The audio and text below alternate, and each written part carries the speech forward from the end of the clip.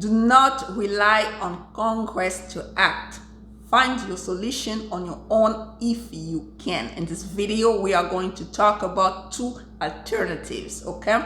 Cancellation of removal, asylum, and withholding of removal. My name is Bijoux, Ngwanda. I'm an immigration lawyer based here in DC. I do work with individuals across the country and around the world because we're dealing with complex U.S. immigration law cases. If you're new to my channel, please go ahead and subscribe. If you're not new, welcome back. Thank you for subscribing, and please don't forget to hit the notification bell so you don't miss any of my videos. If you enjoy the content, please go ahead and share, like. Don't forget to comment below. Also, follow me on Instagram, where we are talking about immigration, employment-based type of immigration. We're talking about self-petitions, we're talking about business, and we're talking about investment. Let's get right into it. Cancellation of removal, okay? This is the type of relief that can only be asked in immigration court. That's about it. Only in immigration court. How do we qualify? 4 things, okay? We've talked about it before, but we really have to explain again because sometimes we have to just remind people of their options. 4 things. Number 1, physical presence, okay? Number 2, you have to be a person of good moral and character. Number 3, no criminal conviction, especially felony conviction that cannot be waived. You don't want to have those type of convictions because some convictions can be waived with a waiver, if granted, of course. Then you have to prove extreme and unusual hardship. It has to be extreme and unusual. This is a very higher standard, okay? Let's start with physical presence. How do you determine physical presence? 10 years in the United States, living continuously prior to receiving a notice to appear. That's how you determine physical presence, okay? Number 2, a good person, a person of good moral and character. Well, you can get affidavits from friends, work, religious institutions to really testify on your behalf that you are a person of good moral and character. And when it comes to convictions, please, no felonies, unless you have some convictions that can be waived. How do you know? Well, you call my office to 2751-2180. We can assess your case and tell you exactly if your conviction can be waived or not, right? Because those are a lot of details. Well, if the conviction can be waived, then we apply with the waiver, right? And hope that the waiver be granted in court, of course. Then, lastly, extreme and unusual hardship. I really have to give an example for this one.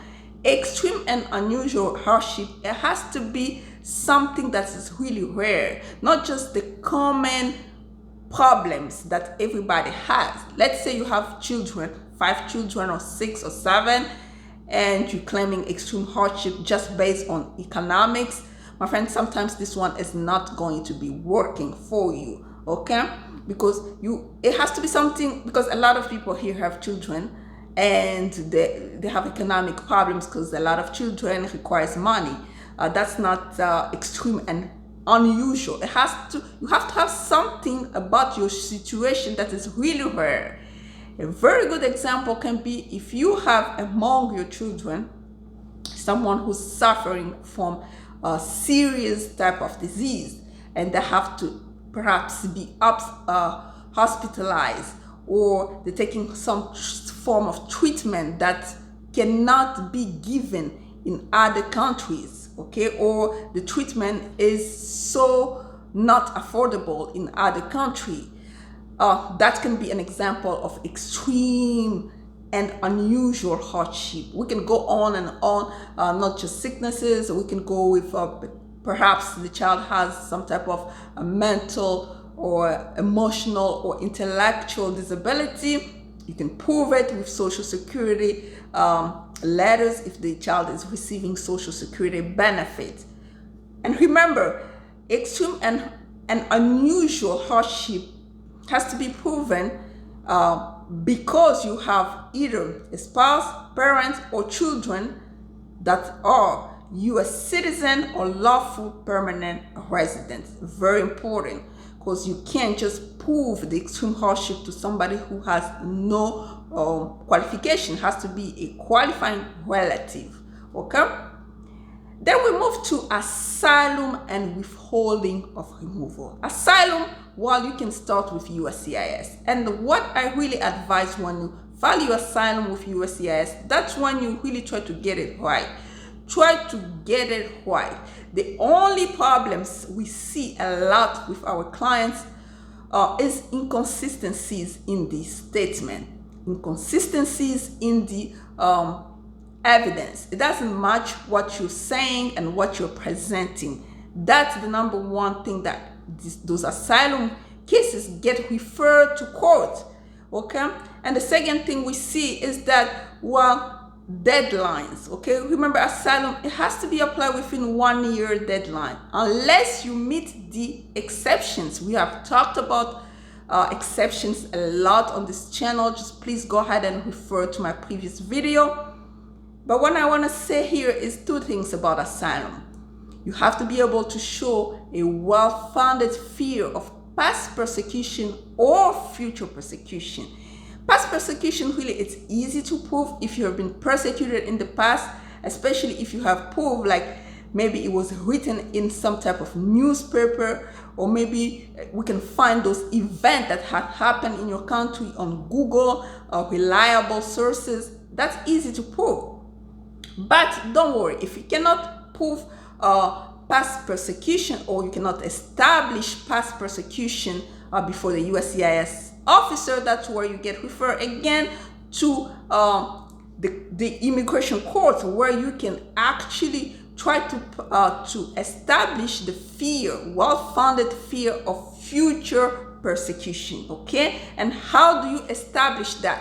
Two things: credibility of your testimony, and then that testimony has to be reasonable, right? The fear has to be reasonable, which simply means that it has to be grounded in reality or some type of concrete thing, something very concrete that they can see that really this person has reasonable fear of future persecution. Okay?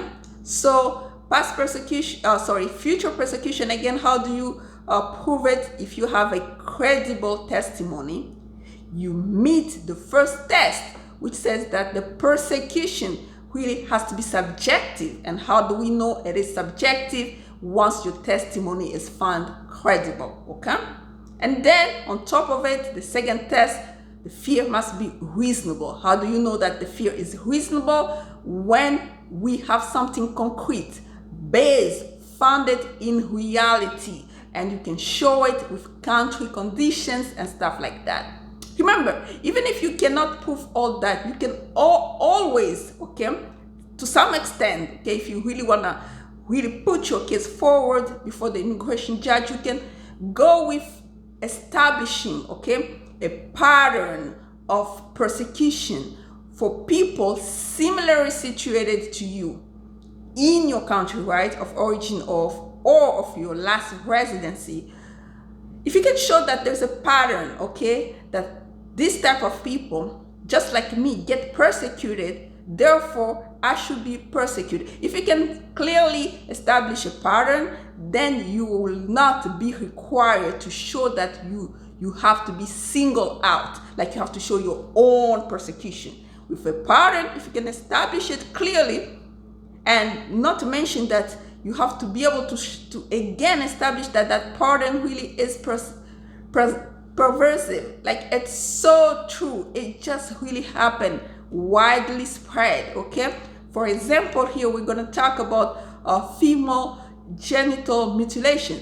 That one really is almost all over West African countries. It's much easier to establish that pattern of persecution in that way. At that point, you have established, okay, the fear of future persecution, or in other words, the fear based on a pattern that really happens in those type of situations. Okay, and then you can win in court, right? Remember that negative factors can undermine your claim. Make sure that you don't have any criminal history. There's not a lot of inconsistencies. Really the testimony is credible. Then you can really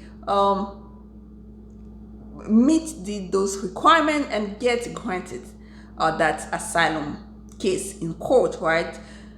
However, if you do not get your asylum settled in court, you can get withholding of removal, provided that you can establish that most likely than not I'll be persecuted. Again, high standard, 51% of chance that most likely or not I can be persecuted. You show counter conditions, you show that your life and your freedom will be at stake. You show it with counter conditions, and you should be fine.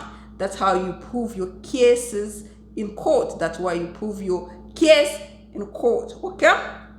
And after everything, if you've done everything in your power, it doesn't work, well, you can either appeal the decision. Sometimes you even go further, you get those decisions reviewed in federal court.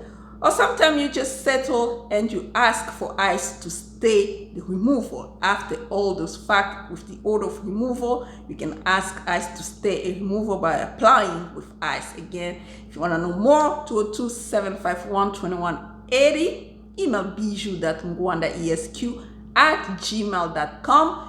Consultation fees apply as usual. Until next time, bye-bye.